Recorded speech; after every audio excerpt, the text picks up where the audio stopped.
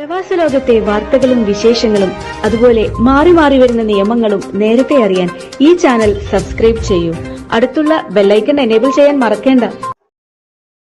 നമസ്കാരം. ഒമാൻ വാർത്തകളിലേക്ക് സ്വാഗതം. ഇന്ന് 2025 ഏപ്രിൽ 8 ചൊവ്വ. പ്രധാന വാർത്തകൾ. സ്വർണ്ണാഭരണങ്ങളുടെ പേരിൽ ഇന്ത്യൻ വിമാനത്താവളങ്ങളിൽ യാത്രക്കാരെ പീഡിപ്പിക്കരുതെന്ന് ഡൽഹി ഹൈക്കോടതി നിർദ്ദേശം. സ്വന്തം സ്വർണ്ണവളകൾ ധരിച്ചതിന് വിമാനത്താവളത്തിൽ തടഞ്ഞു നിർത്തുകയോ രസീത് കാണിക്കാൻ ആവശ്യപ്പെടുകയോ ചെയ്യരുത്.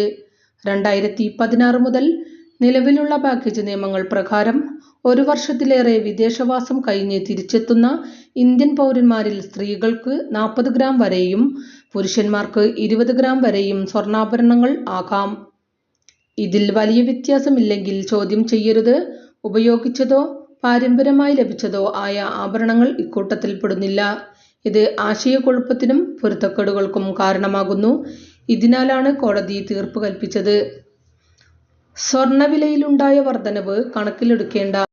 മെയ് 19-നകം നിയമങ്ങൾ ഭേദഗതി ചെയ്യുകയോ ഒരു സ്റ്റാൻഡേർഡ് ഓപ്പറേറ്റിംഗ് നടപടി പ്രകാരം പുറപ്പെടുവിക്കുകയോ ചെയ്യാൻ കേന്ദ്ര പരോക്ഷ നികുതി കസ്റ്റംസ് ബോർഡിനോട് കോടതി നിർദ്ദേശിച്ചു.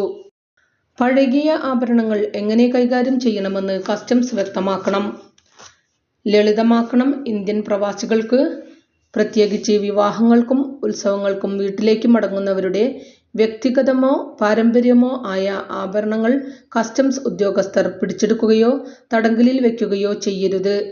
യാത്രക്കാരെ ഉപദ്രവിക്കരുതെന്നും ഡൽഹി ഹൈക്കോടതി അടുത്തിടെ വിധിച്ചു. 30-ലധികം ഹർജികൾ കോടതി പരിശോധിച്ച ശേഷമാണ് ഈ വിധി വന്നത്.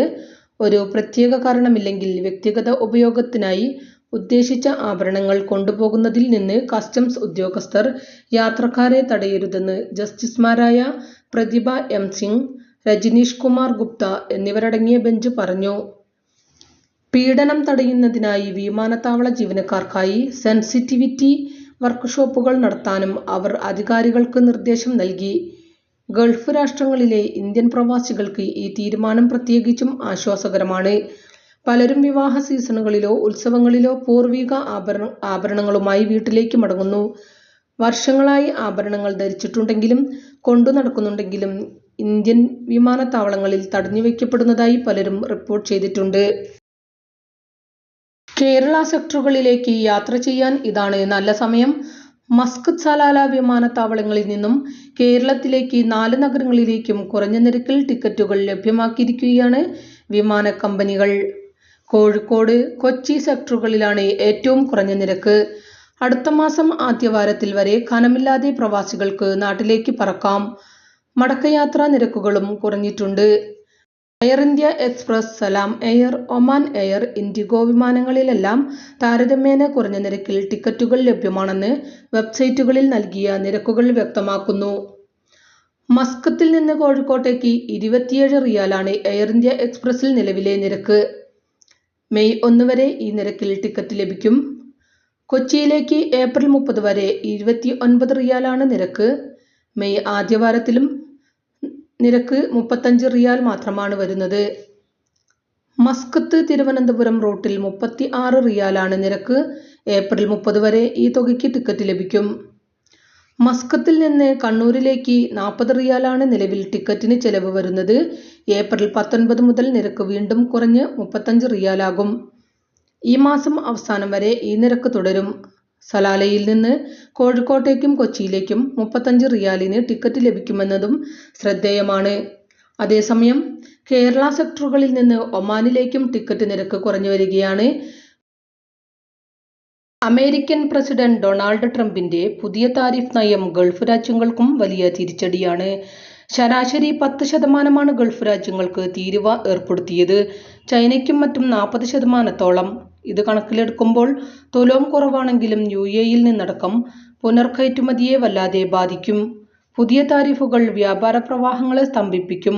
ചരക്കു കപ്പൽ ഗതാഗതം ഇതിനകം അനിശ്ചിതത്വത്തിൽ ആയിട്ടുണ്ട്. സൂയസ് കനാലിൽ കപ്പലുകൾ മിക്കതും നങ്കൂരമിട്ടു നിൽക്കുകയാണ്. മധ്യപൗരസ്ത്യ ദേശം നിരവധി സാമ്പത്തിക പ്രതിസന്ധി അഭിമുഖീകരിക്കുന്ന സമയത്താണ് ട്രംപിന്റെ വെള്ളിടി. ഇതിന്റെ തുടർച്ചയായി എണ്ണവില കുത്തനെ കുറഞ്ഞു. ആകെയുള്ള പ്രതീക്ഷ ഇന്ത്യ, ചൈന തുടങ്ങി ജനസംഖ്യ ഏറെയുള്ള രാജ്യങ്ങൾ ഇന്ധനത്തിന് മധ്യപൗരസ്ത്യ ദേശത്തെ ആശ്രയിക്കുമെന്നതാണ്. അപ്പോഴും ഉപരോധമുള്ള ഇറാനടക്കം ഗുണമുണ്ടാവില്ല. കണിയും കൈനീട്ടവും മനസ്സിൽ നിറച്ച് വീണ്ടുമൊരു വിഷുക്കാലം വന്നെത്തുന്നു. പ്രവാസി മലയാളി സമൂഹവും വിഷു ആഘോഷത്തിനുള്ള ഒരുക്കത്തിലാണ്. കുടുംബമായി താമസിക്കുന്നവരും ബാച്ചിലർ ആയി കഴിയുന്ന പ്രവാസികളും നാടുകളിലെ ഓർമ്മകളുണർത്തി കുടുംബസംഗമങ്ങളും ഒത്തുചേരലുകളുമായി വിഷുവിനെ ആഹ്ലാദപൂർണമാക്കാനുള്ള ഒരുക്കങ്ങളിലാണ്. മഥുരയിൽ നിന്നും ദുബായിലേക്ക് പുറപ്പെട്ട സ്പൈസ് ജെറ്റ് വിമാനം സാങ്കേതിക തകരാർ മൂലം മസ്കത്തിൽ അടിയന്തരമായി ഇറക്കി. യാത്രക്കാർ നിലവിൽ മസ്കത്ത് എയർപോർട്ടിൽ കുടുങ്ങിക്കിടക്കുകയാണ്.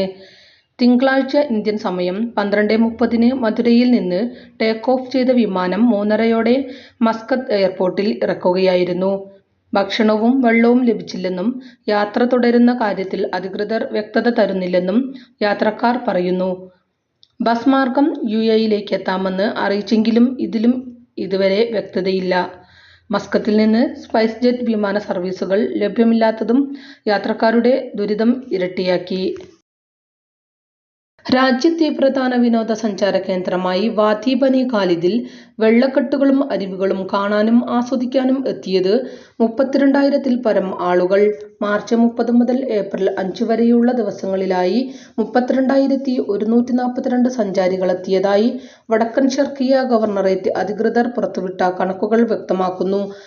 28,626 പേരുമായി ഏഷ്യൻ രാജ്യക്കാരാണ് മുന്നിൽ. 1,440 യൂറോപ്യൻ രാജ്യക്കാരും 1,080 സ്വദേശികളും 996 അറബ് പൗരന്മാരും ഇതര രാഷ്ട്രങ്ങളിൽ നിന്നുള്ള 140 പേരും പെരുന്നാൾ ദിവസങ്ങളിൽ വാദി ബനി ഖാലിദ് സന്ദർശിച്ചു.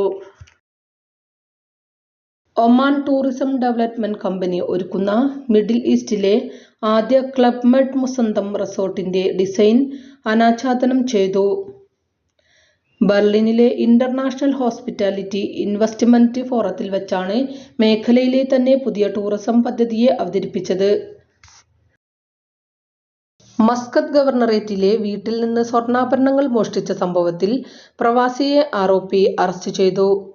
പ്രതി പാകിസ്ഥാൻ സ്വദേശിയാണ്. മസ്കത്ത് ഗവർണറേറ്റ് പോലീസ് കമാൻഡാണ് പ്രതിയെ പിടികൂടിയത്. ഇയാൾക്കെതിരെ നിയമ നടപടികൾ സ്വീകരിച്ചു. ആഭ്യന്തര ടൂറിസം പ്രോത്സാഹിപ്പിക്കുന്നതിനും താമസക്കാർക്കും സന്ദർശകർക്കും വിനോദ സൗകര്യങ്ങൾ വർദ്ധിപ്പിക്കുന്നതിനും ലക്ഷ്യമിട്ട് പബ്ലിക് പാർക്കുകളുടെ വികസനവും അടിസ്ഥാന സൗകര്യ നവീകരണങ്ങളും നടപ്പിലാക്കി ദാഖിലിയ ഗവർണറേറ്റ് അധികൃതർ. 2026-ന്റെ ആദ്യപാദത്തോടെ നിസ്വയിലെയും ജബൽ അക്തറിലെയും പാർക്ക് പദ്ധതികൾ പൂർത്തിയാകുമെന്ന് പ്രതീക്ഷിക്കുന്നതായും അധികൃതർ അറിയിച്ചു. ഇതോടുകൂടി ഇന്നത്തെ വാർത്തകളും വിശേഷങ്ങളും ഇവിടെ അവസാനിക്കുന്നു. കൂടുതൽ വാർത്തകളും വിശേഷങ്ങളുമായി നാളെ കാണാം. നന്ദി, നമസ്കാരം.